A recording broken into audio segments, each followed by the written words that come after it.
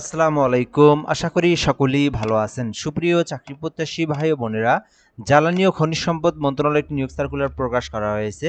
তো এটি কিন্তু সরকারি একটি নিয়োগ সার্কুলার। আপনারা এই সার্কুলারে আবেদন করতে পারেন। এখানে মোটামুটি অনেক কয়টি পদের সংখ্যা রয়েছে। তো আজকের এই ভিডিওর মাধ্যমে এই নিয়োগ সার্কুলারটা আমি আপনাদেরকে বিস্তারিত জানাবো। এখানে পদের নাম, পদের সংখ্যা, বয়স, শিক্ষাগত যোগ্যতা, আপনার শিক্ষাগত যোগ্যতা অনুযায়ী আপনি কোন পোস্টে আবেদন করবেন, সেই বিষয়গুলো কিন্তু আপনি এই ভিডিওর মাধ্যমে জেনে নিতে পারবেন। তো সম্পূর্ণ ভিডিওটা একদম শেষ পর্যন্ত দেখার জন্য অনুরোধ করা হলো। এটি হচ্ছে জ্বালানি ও খনিজ সম্পদ বিভাগের একটি নিয়োগ সার্কুলার, বাংলাদেশ পেট্রোলিয়াম ইনস্টিটিউটের একটি নিয়োগ সার্কুলার, যেটার কিন্তু সরকারি যে ওয়েবসাইট, যেটা BPI.gov.bd লিখে সার্চ করলে আপনারা এই ওয়েবসাইটের মধ্যে আপনি এই সার্কুলারটা পেয়ে যাবেন।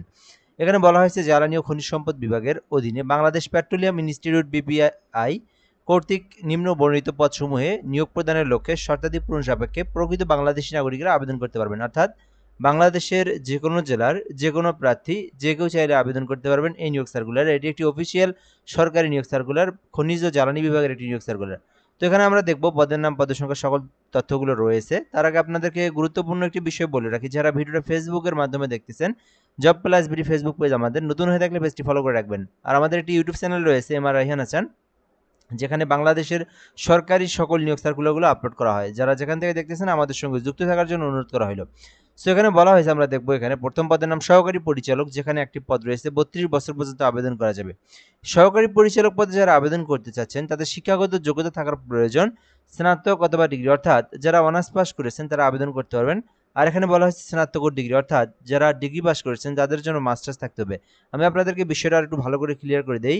যারা 4 বছর মেয়াদী অনার্স কমপ্লিট করেছেন তারা আবেদন করতে পারবেন। আর যারা ডিগ্রি করেছেন 3 বছরের, তাদেরকে মাস্টার্স থাকতে হবে, তাহলে কিন্তু তারা আবেদন করতে পারবেন। আর এখানে কম্পিউটার সম্পর্কে অভিজ্ঞতা থাকতে হবে। 2 নম্বর পদের নাম বৈজ্ঞানিক কর্মকর্তা নিয়োগ দেওয়া হবে, 2টি পদ রয়েছে। তো এই বৈজ্ঞানিক কর্মকর্তা পদে যদি আবেদন করতে চান, সেই ক্ষেত্রে আপনার শিক্ষাগত যোগ্যতার প্রয়োজন ভূতত্ত্ব, ভূপদার্থবিদ্যা বা পেট্রোলিয়াম, মেকানিক্যাল অথবা কেমিক্যাল, মাইনিং, ইঞ্জিনিয়ারিং তৎসহ যে কোনো বিষয়ের উপর আপনি যদি পিএইচডি ডিগ্রি করে থাকেন, তাহলে কিন্তু আপনি বৈজ্ঞানিক কর্মকর্তা এসও পদে আবেদন করতে পারবেন।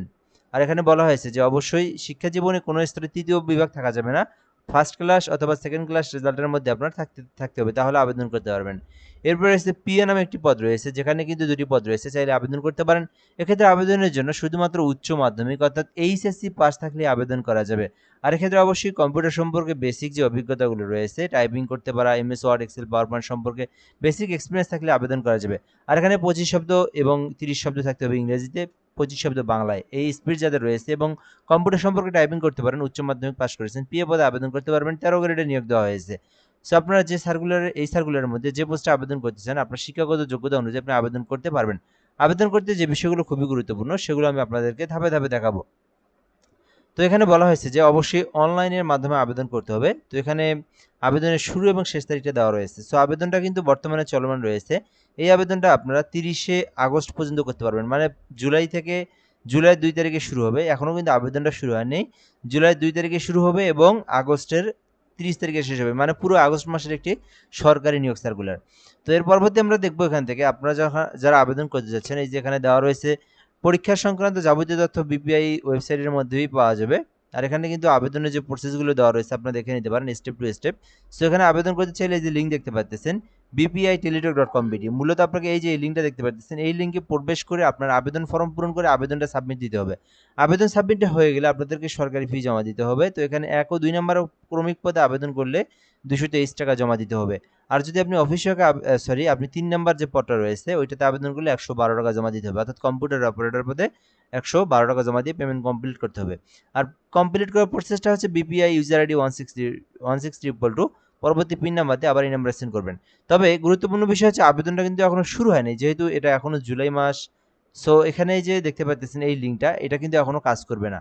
এটা আপনার আবেদন যখন শুরু হবে যে 2 তারিখে, 2 তারিখ 10টার পরে, তখন আপনারা ওই লিঙ্কে প্রবেশ করলে আপনারা আবেদনের ফর্ম পেয়ে যাবেন।